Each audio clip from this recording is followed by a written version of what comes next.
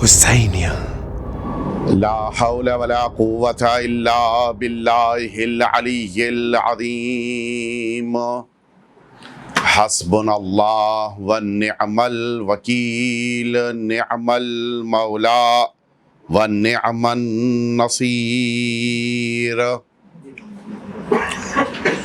اعوذ باللہ من الشیطان الرجیم بسم اللہ الرحمن الرحیم الحمد للہ الذی لا یبلغ مدحتہ القائلون ولا یحصی نعماءہ العادون ولا یؤدی حقہ المجتہدون ثم الصلاة والسلام والتحیۃ والإکرام على سید الانبیاء والمرسلین سیدنا و مولانا ابی القاسم محمد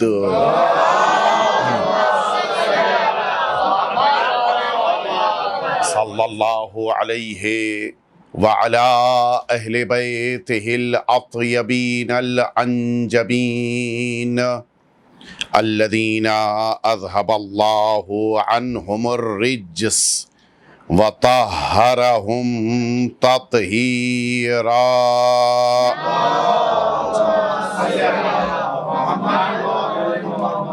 لا سيما الإمام المبين بقية الله في الأرضين واللعنة الدائمة الباقية على أعدائهم أجمعين أما بعد فقد قال الله الحكيم في كتابه المبين ومن قتل مظلوما فقد جعلنا لوليه سلطانا فلا يسرف في القتل انه كان منصورا صلوات بھیج دیں گے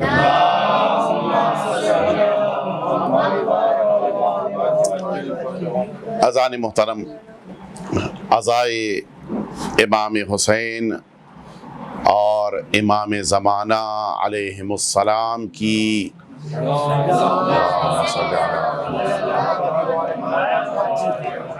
ان مجالس عزا میں آپ حضرات شرکت فرما رہے ہیں، اور اگر یہ خمسہ مجالس نہ ہوتی اور یہ موضوع آپ حضرات کی طرف سے مجھے مکمل نہ کرنا ہوتا تو پھر ہمارے برادر ارجمند مولانا وزیر صاحب ہمارے درمیان موجود ہیں، ہم سب ان سے استفادہ کرتے اور ظاہر ہے کہ علمی گفتگو ہم سب کے سامنے ہوتی،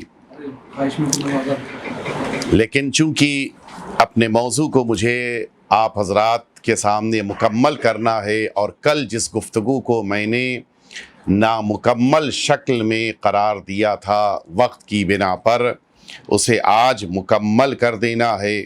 البتہ ٹاپک رہے گا، موضوع رہے گا، لیکن جو کل گفتگو شروع ہوئی تھی، کل میں نے آپ کی خدمت میں عرض کیا تھا کہ منتقم خون حسین یہ لقب ہے آقا کا، اور اس لقب کو ہم سب استعمال کرتے ہیں، اور اسی سے ایک اور ملتا جلتا لقب آپ دعائے ندبہ میں اپنی زبان پر جاری کرتے ہیں کہ این الطالب بدم المقتول بکربلا۔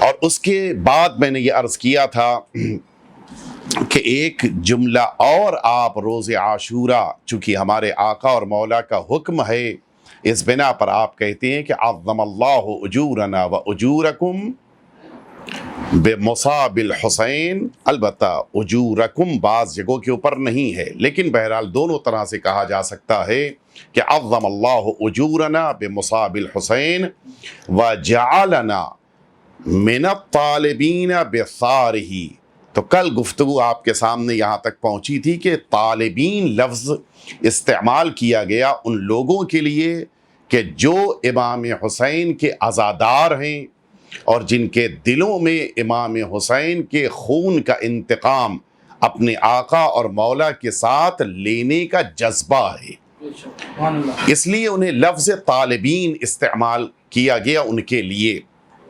ایک جملہ کہہ کے اپنی بات کو آج کے اس مرحلے تک آپ کو لے کے آ جاؤں کہ لفظ جو استعمال ہوا ہے وہ طالبین ہے۔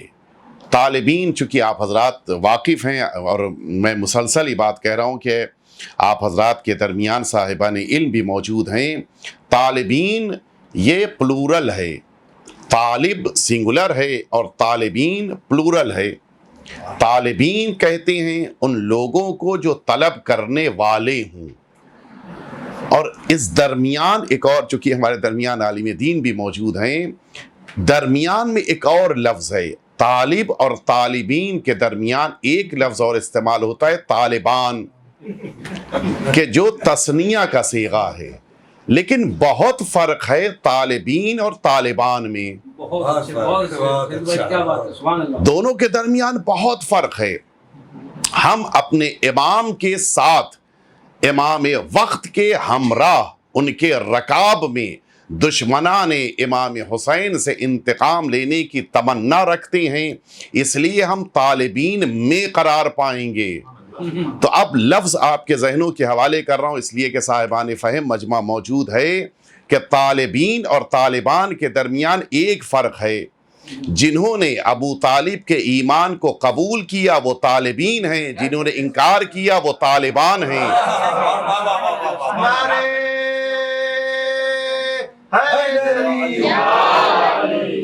ابو طالب بھی طالب کے والد، توجہ ہے یا نہیں ہے؟ اور بس بات مکمل کر دوں کہ طالبین اور طالبان کا ایک آخری اور بنیادی فرق ہے کہ آج وہ قتل کر رہے ہیں، ہم مقتول ہیں، اور انشاءاللہ امام کے رکاب میں طالبین قتل کریں گے، طالبان ختم ہو جائیں گے۔ ایک دفعہ مل جل کے صلوات بھیج دیں آپ حضرات۔ بہرحال بہت زیادہ دھوکہ کھانے کی ضرورت نہیں ہے، یہ گرگٹ کی طرح سے اپنا جو رنگ بدلا ہے اس کے لیے بہت زیادہ آپ خوش نہ ہوئیے، دشمن دشمن ہی ہوتا ہے، اور یہ حقیقت ہے کہ جس کے دل میں اہل بیت اطہار کی محبت نہیں ہے وہ سیاستاً ہو سکتا ہے کہ بغل میں آ کر بیٹھ جائے، لیکن جب تک محبت اہل بیت اطہار نہیں آئے گی تب تک انسانیت نہیں آ سکتی ہے۔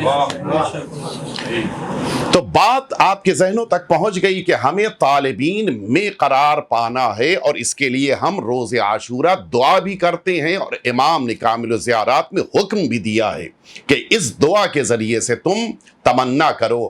میں نے کل ایک بات آپ کے ذہن تک پہنچائی تھی کہ جس کے لیے جواب آج آپ کے سامنے عرض کرنا ہے کہ ہم کس سے انتقام لیں گے، یا اور آگے بڑھ کر کہہ دوں کہ آقا کس سے انتقام لیں گے، آ کر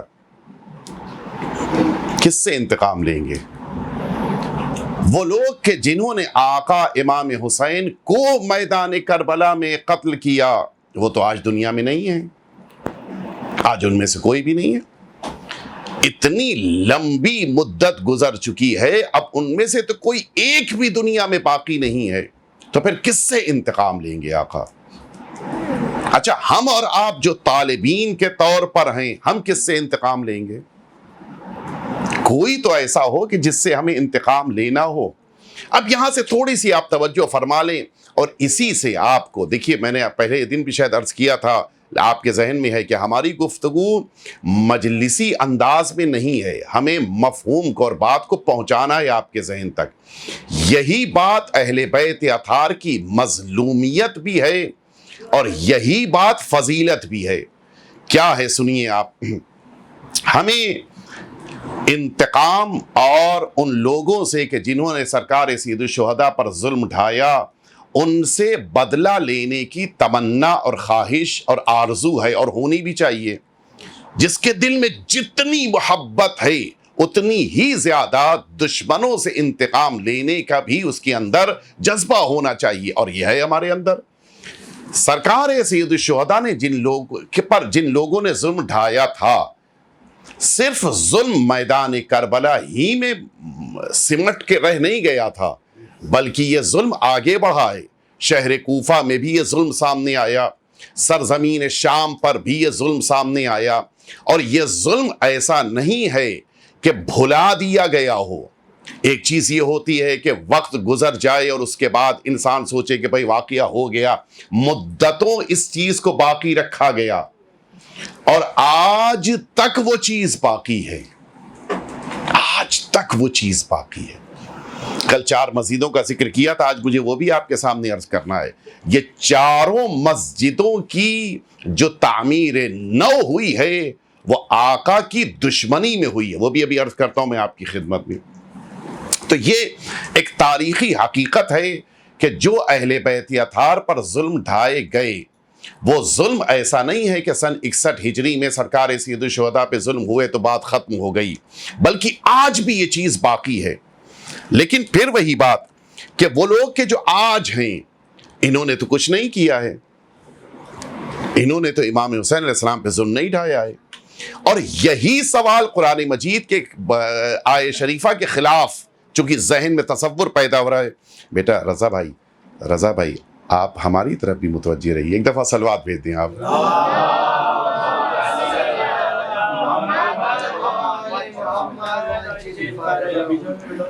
قرآن مجید کہہ رہا ہے کہ وَلَا تَزِرُ وَازِرَةٌ وِزْرَ أُخْرَى، کیا ترجمہ ہے کہ ایک کے عمل کی ذمہ داری دوسرے پر نہیں ڈالی جا سکتی۔ اچھائی میں بھی ہے، برائی میں بھی ہے۔ مثال کے طور کے اوپر آپ نے نماز پڑھی ہے، میں امید رکھوں کہ مجھے ثواب مل جائے، نہیں ہو سکتا۔ میں نے مثال کے طور پہ مجلس میں شرکت کی ہے، میں اس بات کو چاہوں کسی اور کو عطا کر دوں تو میرے لیے تو ممکن ہے، لیکن اگر میرا ارادہ، میری نیت نہیں ہے تو پھر اللہ کی طرف سے کسی اور کو اجر نہیں ہے۔ یہی صورتحال ادھر کی بھی ہے۔ اگر کسی نے ظلم کیا ہے تو ظالم کو سزا ہے، یہ تو نہیں ہو سکتا کہ ظالم کے لڑکوں کو بھی سزا مل جائے، ظالم کے پورے خاندان کو سزا مل جائے، یہ تو نہیں ہو سکتا۔ اور یہی اعتراض وہاں بھی ہوتا ہے کہ جو ہم زیارت عاشورہ میں آل لفظ کے ساتھ لعنت کرتے ہیں، آل بنی امیہ، یا بہت سے کلمات ہیں جو میں نہیں استعمال کرنا چاہ رہا ہوں، وہاں پہ آل کے ساتھ آ رہا ہے۔ وہ لوگ کہ جو اپنے اپنے گھروں میں تھے، جو نہیں میدان کربلا میں آئے تھے، ان کو کیوں آپ اپنی لعنت میں شامل کر رہے ہیں؟ یہ سوال وہاں بھی آتا ہے۔ اس کا جواب کیا ہے؟ آئیے میں آپ کو روایت کی طرف لے کر چلوں۔ روایت موجود ہے اور یہ روایت علل الشرائع میں موجود ہے۔ عبد السلام بن صالح الحروی راوی ہے، کہتا ہے کہ قلت لأبی الحسن علی بن موسیٰ الرضا علیہم السلام، اللہم صلی علی آٹھویں امام کی خدمت میں آیا ہے اور آنے کے بعد کہتا ہے کہ یبن رسول اللہ ما تقول فی حدیث روی عن الصادق علیہ السلام انہو قال، مولا آپ کیا فرماتے ہیں؟ آپ کے جد سے ایک حدیث وارد ہوئی ہے، آپ کے تو دادا ہیں، مولا کے دادا ہیں۔ آٹھویں امام سے پوچھا جا رہا ہے چھٹے امام کے بارے میں، مولا آپ کے جد، آپ کے دادا سے ایک حدیث وارد ہوئی ہے، اس کے بارے میں آپ کیا فرماتے ہیں؟ وہ حدیث کون سی ہے؟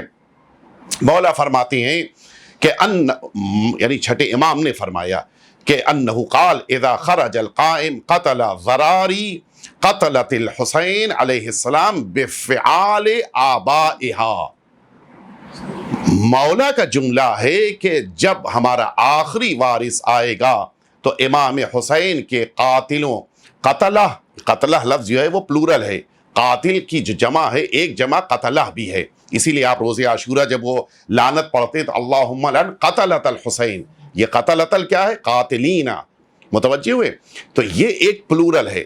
یہ جو امام حسین علیہ السلام پر ظلم ڈھانے والے، قتل کرنے والے، ان کے ذراری، یہ ذریت کی جمع ہے، ان کی ذریت، ان کی جنریشن کو قتل کریں گے۔ مولا کیا آپ کے دادا نے یہ فرمایا ہے؟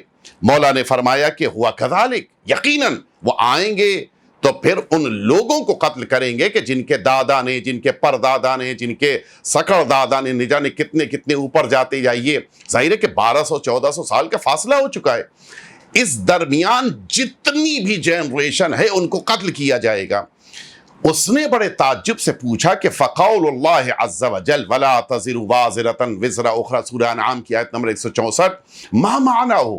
مولا قرآن مجید تو کہہ رہا ہے کہ ایک کے عمل کی بنا پر دوسرے کو نہ تو سزا دی جا سکتی ہے نہ جزا دی جا سکتی ہے، تو پھر اس آیت شریفہ کے مطابق تو یہ جو جنریشن ہے ان کی تو کوئی خطا ہی نہیں ہے، تو یہ بے جرم قتل کر دیے جائیں گے۔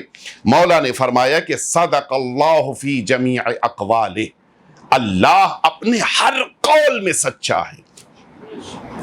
آپ کو یاد آئی پہلے دن کی حدیث، وہاں بھی یہی صدق اللہ لفظ آیا تھا، وہ جو حدیث آئی تھی کہ انا وآل ابی سفیان اہل بیتین تخاصما فی اللہ قلنا صدق اللہ، وہاں بھی یہی لفظ آیا تھا کہ ہم یہ دو گھرانے ہیں کہ جن کے درمیان آپس میں ٹکراؤ ہے اللہ کی ذات کے لیے، ہم نے کہا کہ جو بھی اللہ کہتا ہے وہ سچ ہے، صحیح ہے اور حق ہے۔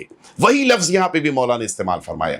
فرماتے ہیں 8ویں امام کہ صدق اللہ فی جمیع اقوالہ، اللہ جو بھی کہتا ہے اس قول میں سچا ہے۔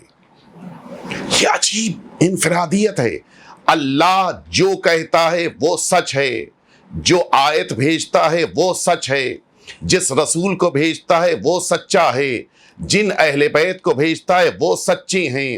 آپ نے توجہ فرمائی، دنیا والوں میں اور اہل بیت اطہار میں یہی فرق ہے۔ دنیا والے عقیدتوں کی بیساکھی پر صادق اور صدیق بنتے ہیں، اہل بیت اطہار اللہ کے کہنے کی بنا پہ صدیق ہیں۔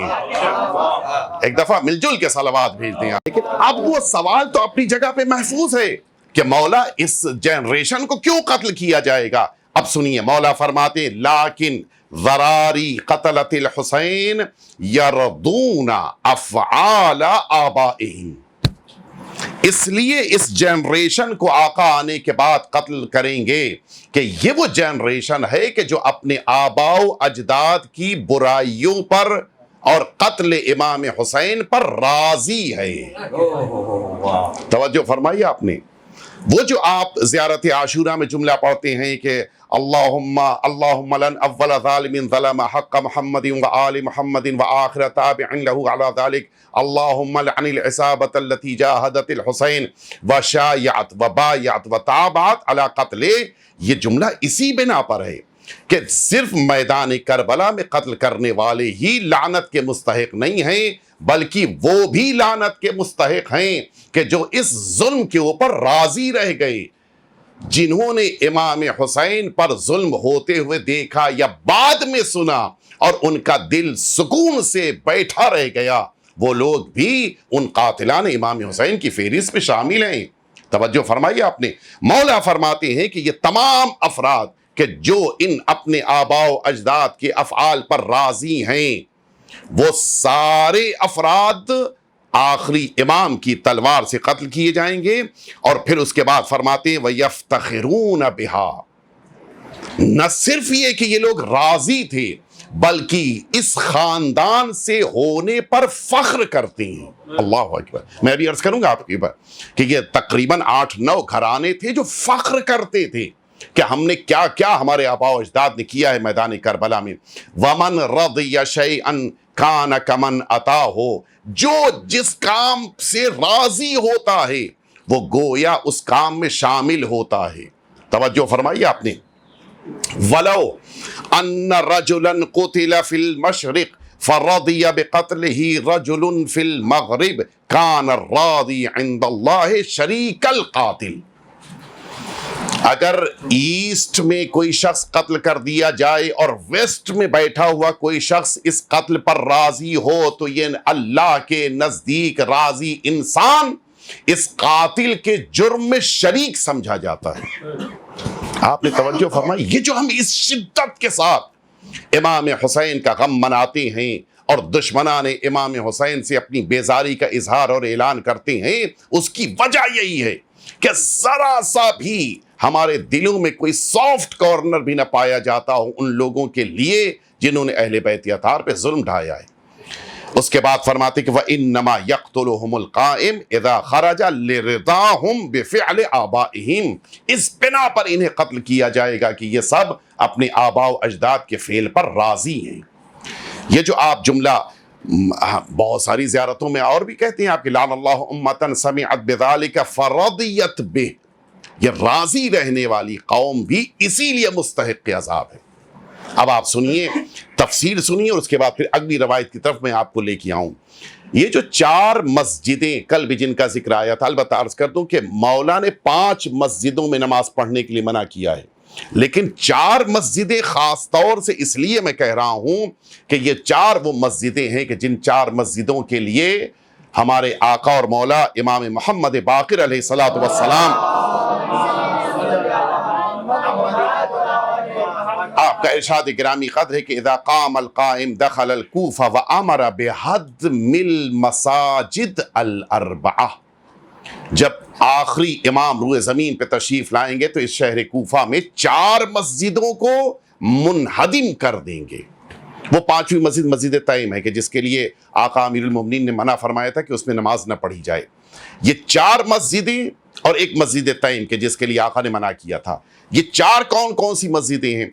یہ ری ڈیولپ ہوئی تھی، البتہ امیر المومنین علیہ السلام کے زمانے میں موجود تھیں، لیکن امیر المؤمنین نے اس زمانے میں بھی منع کر دیا تھا۔ ابھی ظلم نہیں ہوا ہے، واقعات کربلا رونما نہیں ہوئے ہیں۔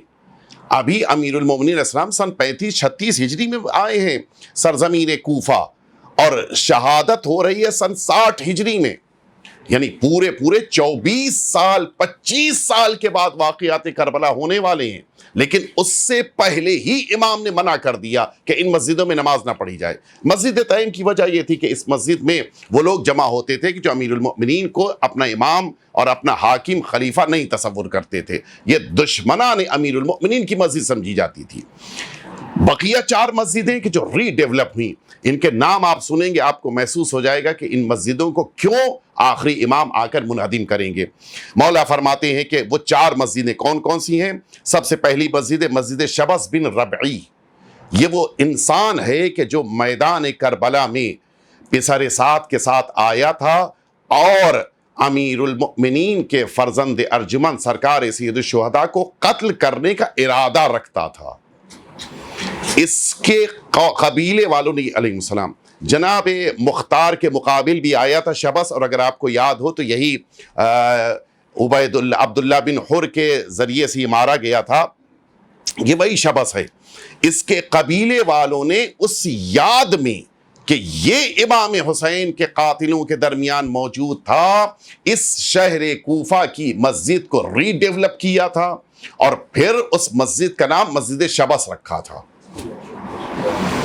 امیر المومنین علیہ السلام نے اپنی حیات طیبہ نے منع کر دیا تھا اس میں نماز نہ پڑھی جائے۔ اس کے بعد آپ سوچیں تو اس زمانے میں کیا عالم تھا، واقعاً اس دور میں حقیقتاً اسلام اور حقیقی اسلام سے وابستہ رہنا بہت مشکل کام تھا۔ دوسری مسجد تھی مسجد اشعث، یہ اشعث بڑا منحوس گھرانہ تھا، یہ کندی گھرانہ بڑا منحوس تھا۔ یہ اشعث وہ ہے کہ جس نے امیر المؤمنین کے قاتل کو محمد بن اشعث، یہ اشعث وہ ہے کہ جس نے امیر المؤمنین کے قاتل کو یعنی ابن ملجم کو اپنے گھر میں جگہ دی تھی۔ یہ اشعث وہ ہے کہ جس کی لڑکی ہے جعدہ، جس نے امام حسن علیہ السلام کو شہید کیا ہے۔ یہ اشعث کا لڑکا محمد بن اشعث ہے کہ جس نے جناب مسلم کو پناہ دی تھی اور پھر لے جا کر پسر سعد کے ابن زیاد کے حوالے کیا تھا اور شہید ہوئے ہیں۔ یہ محمد بن اشعث وہی اشعث کا لڑکا ہے کہ جو میدان کربلا میں امام حسین علیہ السلام کے قتل کے لیے آیا تھا۔ اس کی یاد میں شہر کوفہ میں مسجد ہے، مسجد اشعث۔ آپ ذرا سوچیں، یعنی وہ گھرانہ کے جو اہل بیت اطہار کی دشمنی میں ڈوبا ہوا ہے، اس گھرانے کے نام سے مسجد قائم کی گئی تھی اس شہر کوفہ میں۔ اسی طرح سے مسجد جرید، یہ بجلی، یہ بھی امام حسین علیہ السلام کے قتل کے لیے آیا تھا، اس کے خاندان والوں نے اس مسجد کو تعمیر کیا تھا۔ مسجد سماک بن مخرمہ، یہ وہ انسان تھا کہ جو امام حسین کے قتل کے لیے آیا تھا، اس کے قبیلے والوں نے بھی یادگار کے طور کے اوپر مسجد بنائی تھی۔ آج البتہ الحمدللہ سوائے مسجد اشعث کے کوئی مسجد باقی نہیں بچی ہے، ساری مسجدوں کی صرف علامتیں باقی رہ گئی ہیں، 4 مسجدیں ختم ہو چکی ہیں۔ مسجد اشعث وہ ہے کہ جس کی صرف دیواریں باقی رہ گئی ہیں، اور مسجد تیم وہ ہے کہ جو امیر المومنین علیہ السلام کی حیات طیبہ ہی میں منہدم ہو گئی تھی، صرف اس کی دیواریں باقی رہ گئی تھی، وقت کے ساتھ وہ بھی ختم ہو گئیں۔ تو یہ 4 مسجدیں کہ جن کی صرف نشانیاں باقی رہ گئی ہیں، یہ سرکار سید الشہداء کے قتل کے بعد لوگوں نے اپنے خاندان کا نام روشن کرنے کے لیے ان کو تعمیر کرایا تھا۔ ان مسجدوں میں نمازیں ہوتی تھیں، ان مسجدوں میں عبادتیں ہو رہی تھیں، یعنی لوگوں کے ذہنوں میں تصور یہ تھا کہ امام حسین صلوات اللہ وسلام علیہ کے قتل کی بنا پر وہ عبادت انجام دی ہے معاذ اللہ، کہ جو اللہ سے قربت کا ذریعہ ہے۔ یہ کوفے کی پوزیشن صورتحال میں بتا رہا ہوں، شام کی بات کل آئے گی آپ کی خدمت میں۔ شام کی حالت تو بالکل ہی اس سے ورسٹ تھی، بیکار تھی، اس کا تو کوئی مقابلہ ہی نہیں ہے۔ شام تو بہرحال شام تھا، یہ کوفے کی حالت ہے، جہاں کے اوپر سرکار امیر المؤمنین آ کر رہ چکے ہیں، جہاں کے اوپر اہل بیت اطہار کا آنا جانا ہے۔ شام اہل بیت اطہار نہیں گئے ہیں۔ سب سے پہلی شخصیت شام میں جو داخل ہوئی ہے وہ ہمارے چوتھے امام داخل ہوئے ہیں، ان سے پہلے کوئی بھی شام نہیں گیا ہے اہل بیت اطہار میں سے۔ لہٰذا شام کے حالات تو بالکل ہی بیکار ہے، کوئی مقابلہ ہی نہیں تھا۔ وہ آئے گی کل بات آپ کی خدمت میں۔ تو میں یہ عرض کر رہا تھا کہ یہ 4 مسجدیں، کہ جن 4 مسجدوں کو اس لیے منہدم کیا جائے گا کہ انہیں امام کی خوشی میں ان لوگوں نے تعمیر کیا تھا، یہ حالات ہو چکے تھے۔ اب آئیے میں شام کی بس ایک آپ کو جھلک دکھا دوں۔ میں نے کل یا شاید پرسوں آپ کی خدمت میں ایک شخص کا نام لیا تھا، جہاں تک مجھے یاد پڑا شاید پرسوں بات آئی تھی، عثمان بن عنبسہ، پرسوں کی گفتگو میں بات آئی تھی۔ یہ وہی ہے کہ جس کو سفیانی کہا گیا ہے تاریخ میں، اور جس کے لیے میں نے عرض کیا تھا کہ وہ آخری جنگ میں یہ سفیانی قتل کیا جائے۔ یہ کہاں سے نکلے گا؟ اسی شام سے۔ اس شام سے یہ عثمان بن عنبسہ آخری امام کا مقابلہ کرنے کے لیے آئے گا، اور یہ اس گھرانے کا ہے کہ جو گھرانہ سفیانی گھرانہ سمجھا جاتا ہے۔ 8 ایسے خاندان تھے جو عراق ان میں سے کچھ تھے جو عراقی تھے، اکثریت ان کی شام کی تھی۔ یہ لوگ عراق چھوڑ کر جا کے بس گئے تھے شام میں، اور یہ جو پہچانے جاتے تھے، یہ مظلومیت دیکھیں سرکار سید الشہداء کی، یہ جو پہچانے جاتے تھے ان ظلموں کی بنا پہ پہچانے جاتے تھے جو میدان کربلا میں ڈھائے گئے تھے۔ بعض ایسے جملے ہیں، ظاہر ہے کہ قبلہ موجود ہیں، بڑا سخت ہوتا ہے ترجمہ کرنا بھی۔ ایک خاندان تھا بنو السراویل، یہ وہ خاندان ہے کہ جس خاندان کے بڑے نے سرکار سید الشہداء کے ظاہری لباس کو، عبا وغیرہ کو اتارا تھا۔ میں لفظی ترجمہ نہیں کر سکتا۔ یہ فخر کرتے تھے کہ ہم اس گھرانے کے ہیں۔ آپ ذرا سوچئے، بنو سرج جس کو بنو نعل بھی کہا گیا ہے، یہ وہ گھرانہ تھا کہ جو سرکار سید الشہداء کے جسم اطہر کے اوپر دوڑائے گئے گھوڑوں کے اوپر بیٹھنے والوں کا گھرانہ تھا۔ فخر کرتے تھے۔ آپ سوچئے کہ اسلام کتنا پستی میں جا چکا تھا۔ بنو المکبری ایک پورا گھرانہ سمجھا جاتا تھا۔ بنو المکبری کون تھے؟ سرکار سید الشہداء کا جس موقع کے اوپر سر مبارک نیزے کے اوپر جا رہا تھا، جب شام میں داخل ہوا ہے، یہ وہ گھرانہ تھا کہ جس گھرانے کا وہ بڑا آگے آگے تکبیر کہتا ہوا چل رہا تھا۔ اس کے لیے یہ خوشی کا موقع تھا کہ سرکار سید الشہداء کا سر مبارک جا رہا ہے، وہ تکبیر کہہ رہا ہے۔ ایسا منحوس گھرانہ، یہ سب فخر کرتے تھے۔ بنو تشتی، یہ وہ گھرانہ تھا کہ جس نے وہ تشت لا کر دیا تھا، کہ جس تشت میں سرکار سید الشہداء کے سر مبارک کو یزید کے سامنے رکھا گیا تھا، وہ ناز کرتا تھا کہ میرے گھرانے کے تشت کے اوپر امام حسین کا سر رکھا گیا تھا۔ سوچیں آپ، یہ مظلومیت تھی۔ بنو القدیب، ترجمہ بھی مشکل ہے، وہ چھڑی جس گھرانے نے لا کر دی تھی، وہ فخر کرتا تھا۔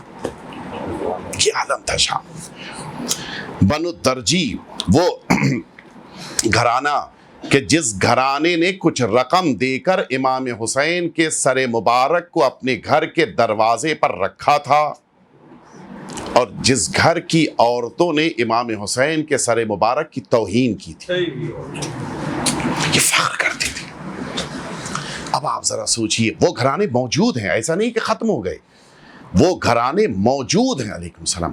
اب آپ یہ جملہ جو لکھا ہے مرحوم کراچکی نے التعجب من اغلاط العامہ، اس کتاب میں بڑی تفصیل سے لکھا ہے، ایسے گھرانوں کے بارے میں کتنے افراد ہیں آج تک، وہ سب تفصیل لکھی ہے۔ اب ان ساری باتوں کو سننے کے بعد اب یہ روایت سنیے آپ۔ راوی کہتا ہے ہمارے اور آپ کے چھٹے امام جعفر صادق علیہ السلام کی بات کہ ومن قتل مظلوما، وہی سورہ اسراء کی 33ویں آیت شریفہ کے جو مسلسل میں آپ کے سامنے عرض کر رہا ہوں، اس آیت شریفہ کے بارے میں کہ جس کو ظلم کے ساتھ قتل کر دیا گیا، اس کے ولی کو ہم، اللہ کہہ رہا ہے کہ اس کے ولی کو ہم سلطان قرار دیں گے، وعلیکم السلام، اور قتل کرنے یعنی انتقام لینے میں اسراف نہیں کرے گے۔ یہاں کے اوپر اس لفظ کی طرف توجہ دیں تاکہ یہ حدیث زیادہ بہتر طریقے سے آپ کے ذہنوں تک پہنچ جائے۔ اسراف کے معنی کیا ہیں؟ سن 40 ہجری قمری میں جس موقع کے اوپر سرکار امیر المؤمنین 21 ماہ مبارک رمضان کو درجہ شہادت پر فائز ہو رہے تھے، آپ نے سارے خاندان کو جمع کیا تھا اور اس موقع کے اوپر آپ نے ایک جملہ فرمایا تھا۔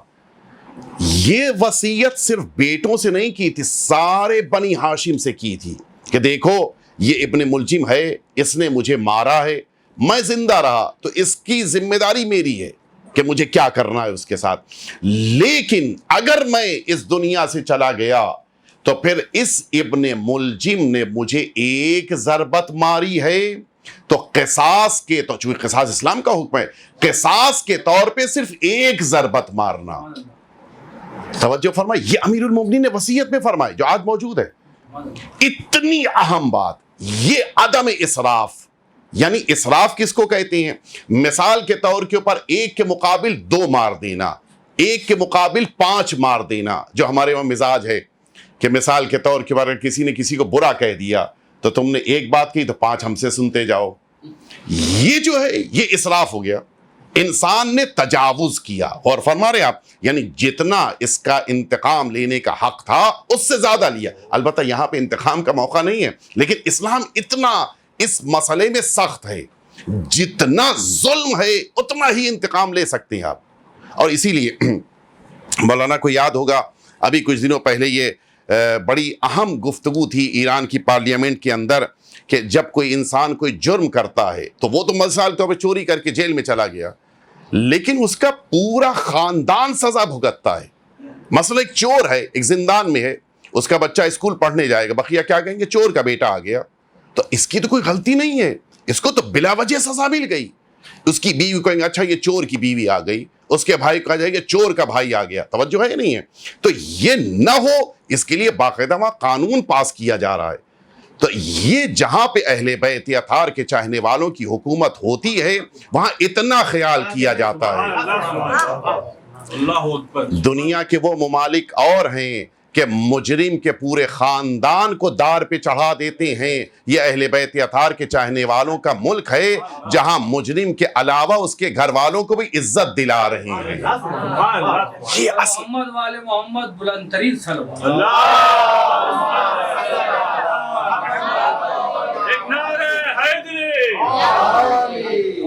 تو قرآن مجید کیا کہتا ہے؟ فلا یسرف فی القتل۔ اب جب ولی قرار دیا، ولی کو سلطان بنایا قرآن مجید نے، تو قرآن کیا کہہ رہا ہے کہ پھر وہ قتل کرنے میں، انتقام لینے میں، قصاص لینے میں، بدلہ لینے میں کسی قسم کی زیادہ روی نہ اختیار کرے، جتنا جرم اتنی سزا۔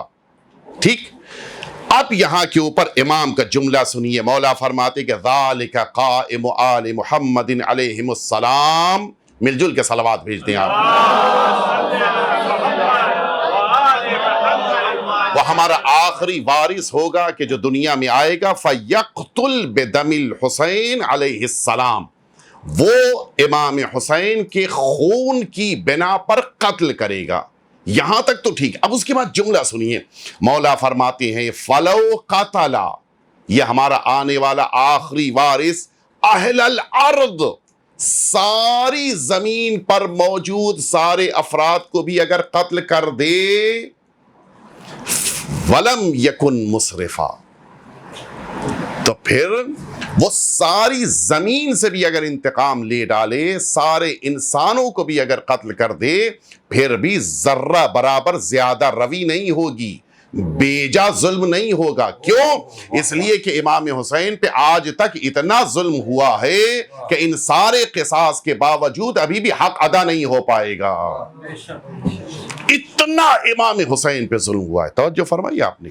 تو یہ جو ایک آواز بلند ہوتی ہے کہ شہر کوفہ کے اطراف میں جو روایتوں میں ہے کہ خون ہی خون ہوگا اور اتنے لوگ قتل کر دیے جائیں گے اور اتنے لوگ قربان ہو جائیں گے، اتنے لوگوں سے قصاص لیا جائے گا، میں نے امام بارگاہ نظر علی میں بھی بات کہی تھی اور یہاں پھر میں دوہرائے دے رہا ہوں کہ ایک ذہنوں میں تصور یہ پیدا ہوتا ہے کہ وارث پیغمبر دنیا میں تشریف لائیں گے تو ہر طرف قتال ہوگا، ہر طرف خون ہوگا، ہر طرف قصاص ہوگا، ہر طرف انتقام ہوگا، لوگ قربان کیے جا رہے ہوں گے، تو یہ ایک تصور پیدا ہوتا ہے کہ پھر یہ عدالت کیسی؟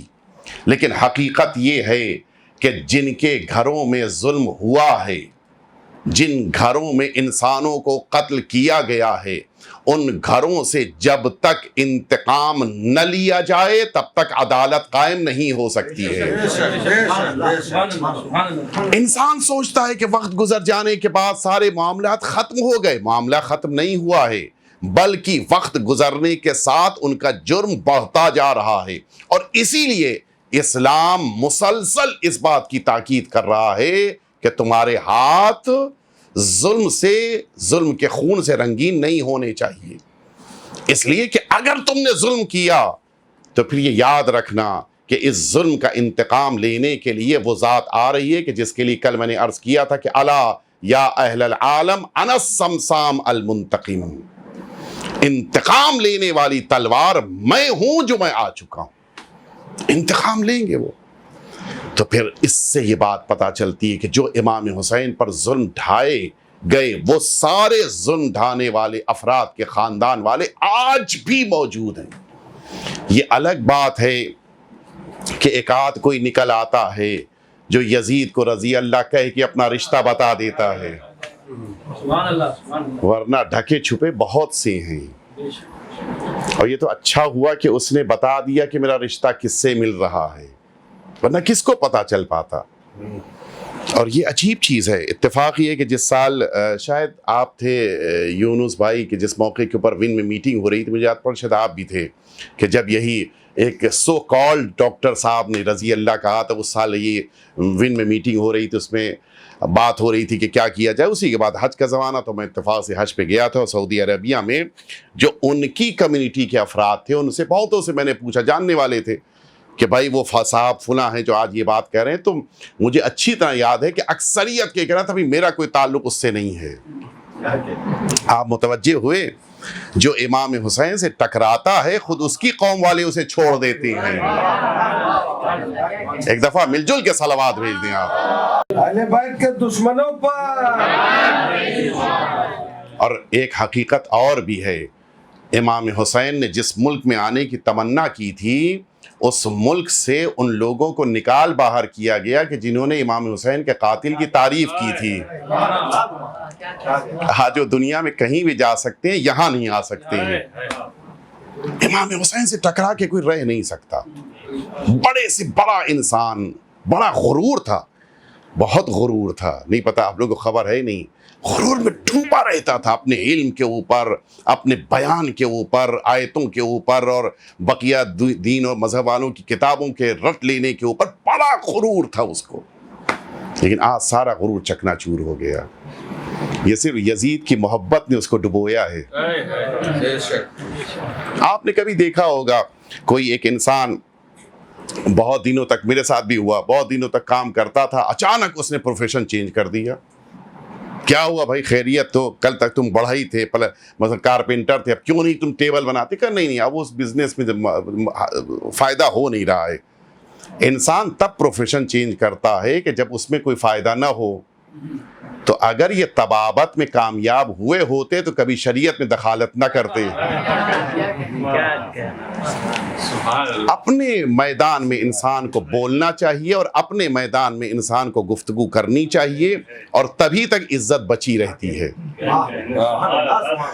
دوسروں کے میدان میں دخالت کی آپ نے اور پھر گئے آپ اپنے میدان میں رہتے تو یقیناً آپ کو عزت ملتی اور اپنے باپ کی طرح سے آپ بھی ایک اچھے ڈاکٹر سمجھے جاتے.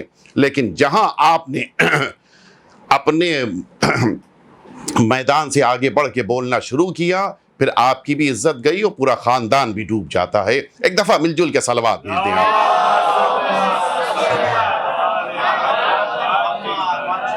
ایک آخری بات اس سلسلے کی، اور میرا وقت بھی پورا ہو رہا ہے، آخری بات اس سلسلے کی عرض کر کے بات کو مکمل کرنا چاہوں گا. جس موقع کے اوپر آقا تشریف لائیں گے، یہاں تک تو ان لوگوں سے انتقام کی بات ہے کہ جو جنریشن کی شکل میں اس روئے زمین پہ ہیں. لیکن آپ نے دیکھا ہوگا کہ روایتوں کے مطابق یہ رجعت ہے. اس رجعت میں دو طرح کے افراد آئیں گے، خیر الناس اور شر الناس. آپ حضرات واقف خیر عربی لینگویج کا یہ افعل التفضیل کا صیغہ ہے، یعنی سب سے اچھے، اور شر بھی افعل التفضیل ہے، سب سے برے، یعنی سب سے اچھے اور سب سے برے. یہ دو طرح کے افراد ہیں کہ جو اس دنیا میں واپس پلٹائے جائیں گے اور پھر انتقام لیا جانا شروع ہوگا. اور کچھ کا انتقام اس طرح سے ہوگا کہ جن کو اس روئے زمین پہ سزا دی جائے گی، اور کچھ کا انتقام اس طرح سے ہوگا کہ جن کے انتقام کا کچھ حصہ، جن کی سزا کا کچھ حصہ میدان محشر کے لیے اٹھا رکھا جائے گا. لیکن اس درمیان بھی، اب یہاں سے توجہ آپ کی میرے ساتھ رہے تو آپ بات کو جلدی متوجہ ہو جائیں گے، اس درمیان بھی بہتوں کا انتقام میدان محشر کے لیے چھوڑ دیا جائے گا. لیکن اس درمیان بھی کچھ ایسے ہیں کہ جنہیں نکال کے درخت کے اوپر ٹانگ کے جلایا جائے گا. کیوں آخر؟ شاید اس کی ایک وجہ یہ ہو کہ یہی دو وہ ہیں کہ جنہوں نے سرکار ولی عصر کی دادی کا دروازہ جلایا ہے. شاید یہ وجہ ہو. حقیقتاً یہ افراد کہ جنہوں نے میدان کربلا میں امام حسین پہ ظلم ڈھائے ہیں، ان سے انتقام اس انداز میں کہ انہیں رجعت میں واپس پلٹایا جائے گا، اور ان سے بھی انتقام، اور اصل انتقام انہی سے لیا جائے گا. لہٰذا ہم جو یہ دعا کرتے ہیں کہ آقا کے ظہور کے بعد ہمیں بھی انتقام لینے کا موقع مل جائے، اس تمنا کو اور اس دعا کو زندگی میں اپنے دلوں میں جتنا زیادہ آپ قوت اور تقویت دے سکتے ہیں اتنا ہی آپ کا فائدہ ہے. اس لیے کہ جیسے ہی آپ کے دل میں یہ تمنا پیدا ہوگی کہ کسی سے آپ نفرت کریں تو پھر اس کے عمل سے بھی آپ کو نفرت ہو جائے گی. میں انشاءاللہ کل اس گفتگو کے اس بارے میں آپ کی خدمت میں چند باتیں عرض کروں گا، لیکن آج یہیں پر اپنی بات کو روکتے ہوئے کہ ہمیں آج سب سے بڑا کام یہی کرنا ہے کہ جن کاموں سے یزید کو یا یزید والوں کو محبت تھی، ان کاموں سے ہمیں نفرت کرنی ہے. چونکہ ہر روز ایک سلسلہ ہے گفتگو کا کہ جس میں مصائب سے پہلے میں آقا سے متعلق چند باتیں آپ کی خدمت میں عرض کرتا ہوں. آئیے میں آپ کو لے کے چلوں. آپ نے ایک قافلے کا نام ضرور سنا ہوگا، اور اس کو 2 سال پہلے تو ضرور آپ سب کے کانوں تک آواز آئی ہوگی، تویریج کا قافلہ. یہ البتہ تویریج ہے جو ہم لوگ اردو میں تویریج کہتے ہیں، یہ یا کے ساتھ ہے، تویریج ہے. یہ رقبت و تویریج یہ وہ قافلہ ہے کہ جس کو اردو زبان میں ہم لوگ تویریج کا قافلہ کہتے ہیں. یہ وہ قافلہ ہے کہ جس کو 2 سال پہلے آپ نے سنا ہوگا کہ یہ قافلہ جس موقع کے اوپر سرکار سید الشہداء کے حرم مطہر میں داخل ہو رہا تھا، اس موقع کے اوپر پل کا کچھ حصہ گر پڑا تھا کہ جس میں کچھ مؤمنین شہید بھی ہوئے تھے. آپ کو یاد ہوگا عاشور کے دن کا واقعہ. یہ تویریج کا قافلہ بڑی اہمیت رکھتا ہے خود عراقیوں کے لیے. تویریج ایک گاؤں ہے جو کربلا کے پاس میں ہے. یہی وہ گاؤں ہے کہ جس گاؤں کا ایک خاندان بنی اسد کا ہے جو آج بھی ہے. یہ لوگ 12 محرم کو سرزمین کربلا پہ آئے تھے کہ ان شہداء کو دفن کر سکیں، اور اسی کی یاد میں پہلے یہ 12 کو آتے تھے اور اب یہ 10 محرم کو باقاعدہ اسی شان و شوکت کے ساتھ آتے ہیں.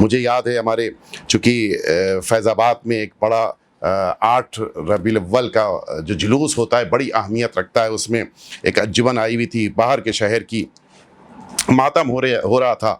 اب اس ماتم کے دوران اچھا ہمارے وہاں یہ قصیدے نوحوں کے درمیان شامل ہو گئے ہیں. نوحہ پڑھا جا رہا ہے, اس میں یہ شعر پڑھا جا رہا ہے کہ انکار کی وہ ٹھوکریں ماری حسین نے, انکار کی وہ ٹھوکریں ماری حسین نے, ماتم ہو رہا ہے, انکار کی وہ ٹھوکریں ماری حسین نے, بیعت کا خواب دیکھتا مردود مر گیا. ماتم بھی ہو رہا ہے. تو شعراء سے معذرت کے ساتھ ہم لوگ کیوں قصیدے کو قصیدے کے موقع پر پڑھیں, نوحے کو نوحے کے موقع پر پڑھیں. نوحے کے درمیان قصیدے کے جملے آپ جب پڑھیں گے تو نتیجہ یہ ہوتا ہے پھر واہ واہ ہونے لگتی ہے, پھر ایک اچھی منظر ہوتا ہے. کچھ لوگ ماتم کر رہے ہیں, کچھ لوگ واہ واہ کر رہے ہیں. البتہ تھوڑا سا اگر یہ بزرگان بھی ساتھ میں کھڑے ہوں ماتم کریں تو پھر ان جوانوں کو بھی حوصلہ ملے. اور اسی لیے ماتمی انجمن جب ماتم کر رہی ہو تو ان کے درمیان ضرور ماتم کرنا چاہیے. ٹھیک ہے, ہم اگر دونوں ہاتھ کا ماتم نہیں کر سکتے, ایک ہاتھ کا ماتم تو کر سکتے ہیں. ہم اتنے جوش سے ماتم نہیں کر سکتے, آہستہ تو ماتم کر سکتے ہیں, لیکن کھڑے ضرور ہوں. علامہ سید مہدی بحر العلوم اس مجمع میں ماتم کر رہے ہیں, اور یہ جلوس ہے کہ جو حرم کی طرف داخل ہو رہا ہے. کچھ دیر کے بعد جب واپس پلٹے آیت اللہ سید مہدی بحر العلوم تو ان کے شاگردوں نے پوچھا کہ استاد آپ کے لیے اچھا نہیں تھا یہ اس عمر میں اور اس انداز میں ماتم؟ ان کا جواب سنیں گے. انہوں نے کہا کہ میں خود پہ قابو نہیں رکھ پایا. میں نے جس موقع کے اوپر دیکھا کہ اس تویریج کے قافلے کے ساتھ میرا آقا میرا مولا ماتم کرتا ہوا جا رہا ہے, یہی وہ وجہ ہے کہ جس کی وجہ سے عراقی ان تویریج کے قافلے والوں کے پیروں کی خاک کو اپنے لیے تبرک سمجھتے ہوئے جمع کرتے ہیں کہ نہ جانے ان کے درمیان کس کا پیر اس آقا اور مولا کا قدم مبارک ہو کہ جو وارث حسین ہیں, کہ جو آ کے ان انجمن والوں کے درمیان ماتم کرتے ہیں.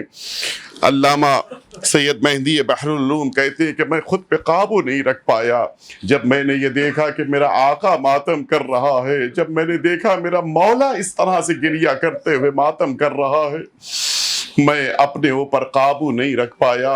ہاں عزادارو, نہ جانے کس کے بغل میں بیٹھ کر وارث زہرا ماتم کر رہے ہوں, نہ جانے کس کے درمیان کس مجلس میں امام موجود ہوں. ہاں یقیناً امام اپنے جد کے لیے گریہ کرتے ہیں, یقیناً امام اپنے جد کے لیے ماتم کرتے ہیں. کل وہ 3 جملے رہ گئے تھے, 2 جملے ہمارے بعض برادران نے بڑا اچھا لگا, انہوں نے کہا کہ ان 3 جملوں کا ترجمہ ضرور کر دیجئے گا. آقا جس موقع کے اوپر تشریف لائیں گے آپ کا تیسرا جملہ یہ ہوگا کہ الا یا اہل العالم ان جدی الحسین قتلوہ عطشانا, اے دنیا والو جان لو کہ میرے جد امام حسین کو پیاسا میدان کربلا میں قتل کیا گیا ہے. اور اس کے بعد اگلا جملہ سنیں گے, امام فرماتے ہیں الا یا اہل العالم ان جدی الحسین طرحوہ عریانا, اے دنیا والو میرے جد امام حسین کو میدان کربلا میں ان کا لباس تک لوٹ لیا گیا تھا.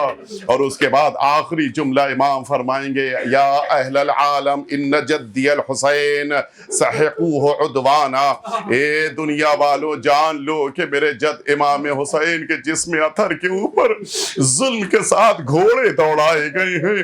آج تک امام کو اس کا اتنا صدمہ ہے کہ دنیا میں آتے ہی اس جملے کو فرما رہے ہیں. سنیں گے آپ میدان کربلا میں امام حسین پہ جب ظلم ہو رہا تھا, آنے والے ظالم آ رہے تھے, کوئی سر مبارک سے امامہ لے گیا, کوئی دوج سے آپ کے ابا اتار کے لے گیا, کوئی آپ کی نالین مبارک کو لے کے چلا گیا, سب جو مل رہا تھا لے کے جا رہا تھا. جس موقع کے اوپر جناب مختار نے ایک شقی کو گرفتار کیا ہے, میں یہ مسائل بہت کم پڑھتا ہوں لیکن آج چونکہ آقا کو یاد کر رہے لہٰذا جملہ سنتے جائیے. جس موقع کے اوپر جناب مختار نے گرفتار کیا, پوچھا بتاؤ تم نے کیا ظلم کیا ہے؟ کہتا ہے کہ میں اس موقع کے اوپر امام حسین کے جسم اطہر تک پہنچا تھا کہ سر کا امامہ بھی لوٹا جا چکا تھا، عبا بھی چھن چکی تھی، آپ کی نالین مبارک بھی جا چکی تھی۔ میں کیا لیتا، میں پلٹ رہا تھا کہ اچانک میں نے دیکھا کہ زہرا کے لال کی انگلی میں ایک انگوٹھی ہے۔ کہتا ہے کہ میں نے سوچا کہ اس انگوٹھی کو اتار لوں، لیکن امام حسین آپ کی مٹھیاں بند تھی۔ کہتا ہے کہ میں اس انگوٹھی کو نہ اتار سکا، میں نے سوچا کہ چھوڑ دیا جائے، لیکن پھر یہ ذہن میں تصور پیدا ہوا کہ میں نہ لے جاؤں گا تو کوئی اور آ کے لے جائے گا، لہٰذا میں نے ڈھونڈنا شروع کیا۔ میرے پاس خود تو تلوار نہ تھی، لیکن اب جو میدان کربلا پہ نظر پڑی ایک ٹوٹا ہوا خنجر مجھے دکھائی دیا۔ کہتا ہے کہ میں نے اس خنجر کو اٹھایا اور اب جب امام حسین کے قریب پہنچا، امام کی انگلیوں کے اوپر اس خنجر کو رکھا۔ یہی وہ لمحہ تھا کہ جب ماں نے آوازیں دینی شروع کر دیں، اے ظالم کیا کرتا ہے، میں نے اس حسین کو چکیاں پیس کے بھیجا۔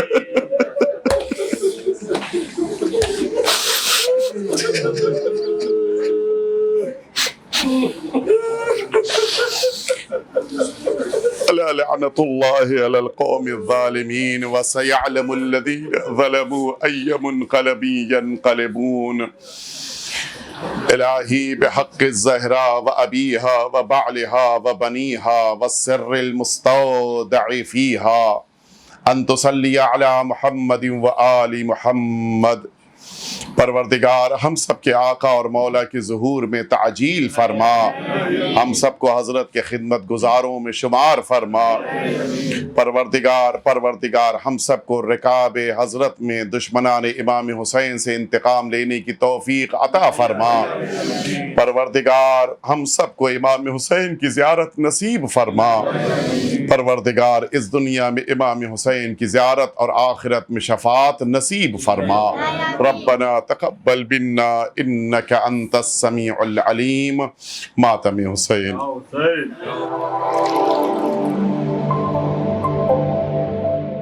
حسینیہ